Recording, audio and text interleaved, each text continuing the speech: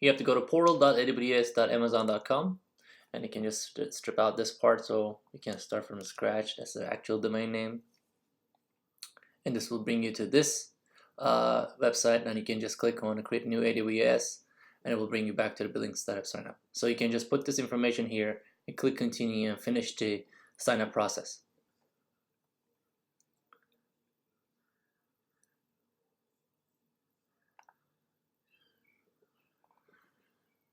Then you will come to sign in the console and just log in.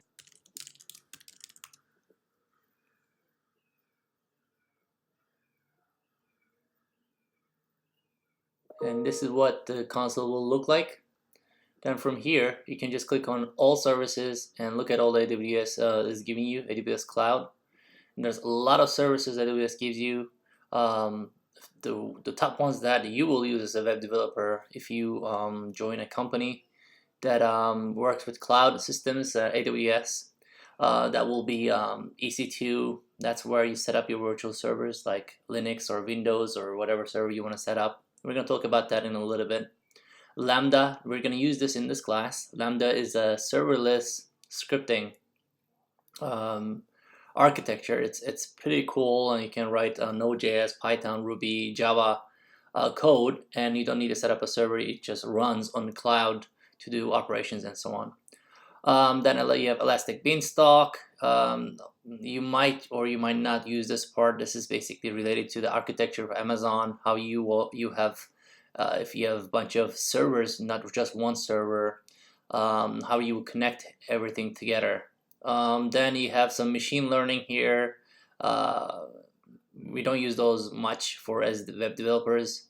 Athena, the analytics tool, can look at the logs like web logs or Apache logs or error logs and so on, and it can do something with them if there's certain key terms match. But it does a lot more than that. S3 is a cloud-based storage. You will probably use this too if you ever deal with Amazon or AWS services. S3 is a cloud-based storage. So basically you can combine Lambda and S3. You basically have a website application running serverless and place this, store them, whatever the transactions or files are and so on. Then you have databases. If you need a database, there's RDS and there's a bunch of other database services AWS provides. You might use RDS for this class or the next class or whatever you need it. You can create Mongo databases, SQL servers, and MySQL. You have tons of options here. And the good thing about this cloud-based architecture is either Azure or Amazon or Google. You only get paid for after you pass a certain limit, and you only get paid for the usage. So if you have a database that's been running for a year, if nobody's there, you won't get charged for it. And there's some networking content delivery. You probably won't deal with this part as a web developer, but if you get into more security or infrastructure, or if you look into more detailed AWS services, you might deal with VPC or CloudFront, Route 53.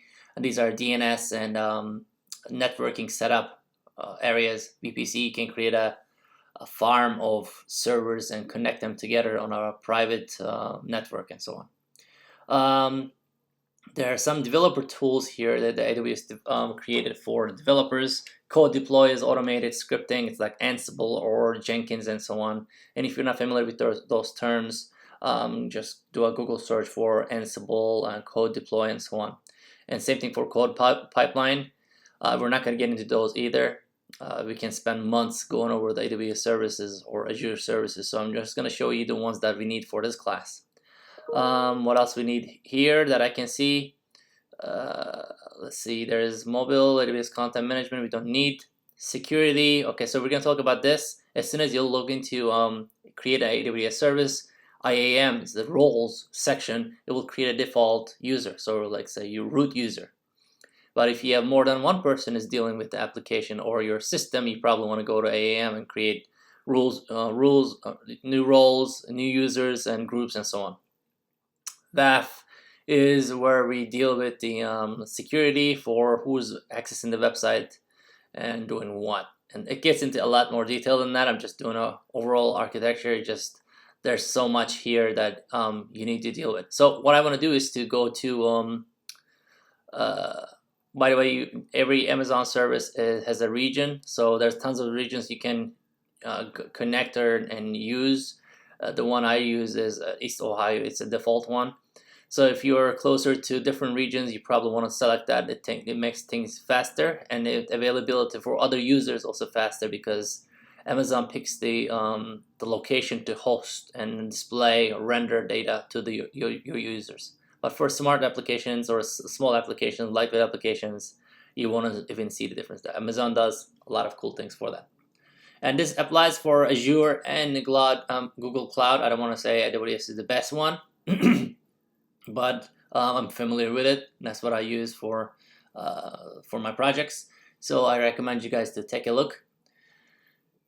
So if you go to IAM section, it gives you in-depth of what's happening for access level or user level. There are also ways to give roles or allow other applications to access your system resources throughout roles and shared roles and groups and so on.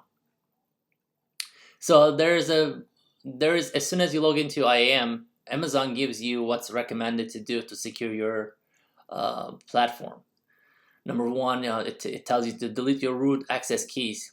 You probably don't want to root or give user or keep the user root information. You want to create even for yourself another user account and use that as a developer, and keep user root as separate.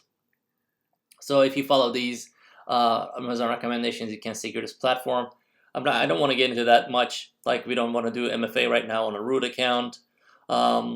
Individual IAM users, you're gonna have to do it if you have like if you're sharing with your friend this account, group permissions. Again, what do you want this user to do, and so on. So you can look into these and you can start reading best practices and so on. It's huge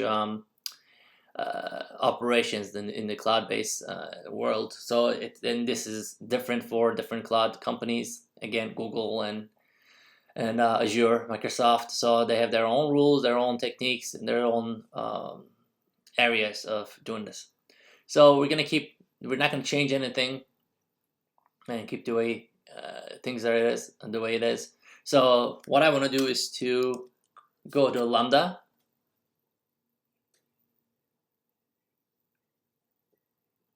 And Lambda, it just tells you create a function here, and you can create a JavaScript, Node.js, and function that are available. So you can just, once you create this, we're going to do that later on, but once you create this page, next is going to open up with the, hey, do you want other resources to be shared with this script?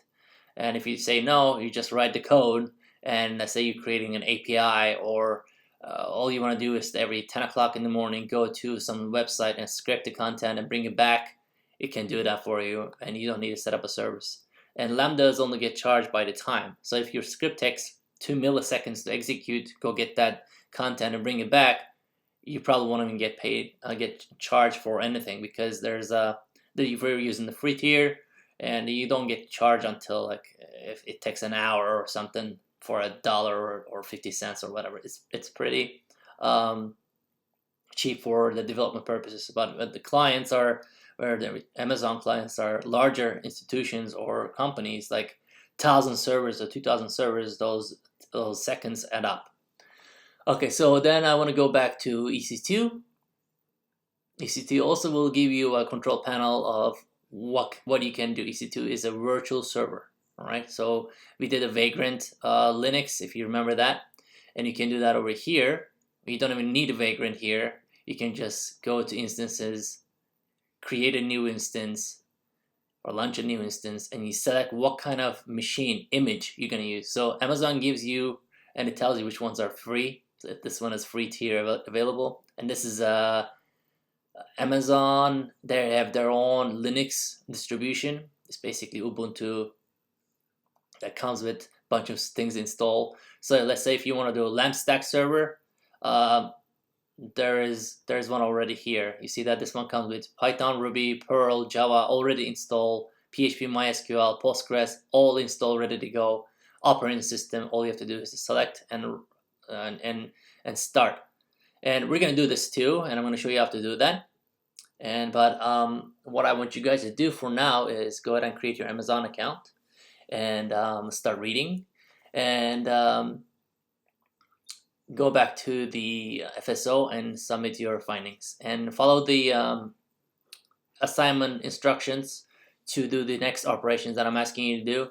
For now, all I want you guys to do is to show that you can log into Amazon services and show me that you can create a simple hello world with Lambda, and go ahead and create a EC2 with the free tier and take a screenshot and post it to me. Then on the next lecture, we're going to actually do something with those services.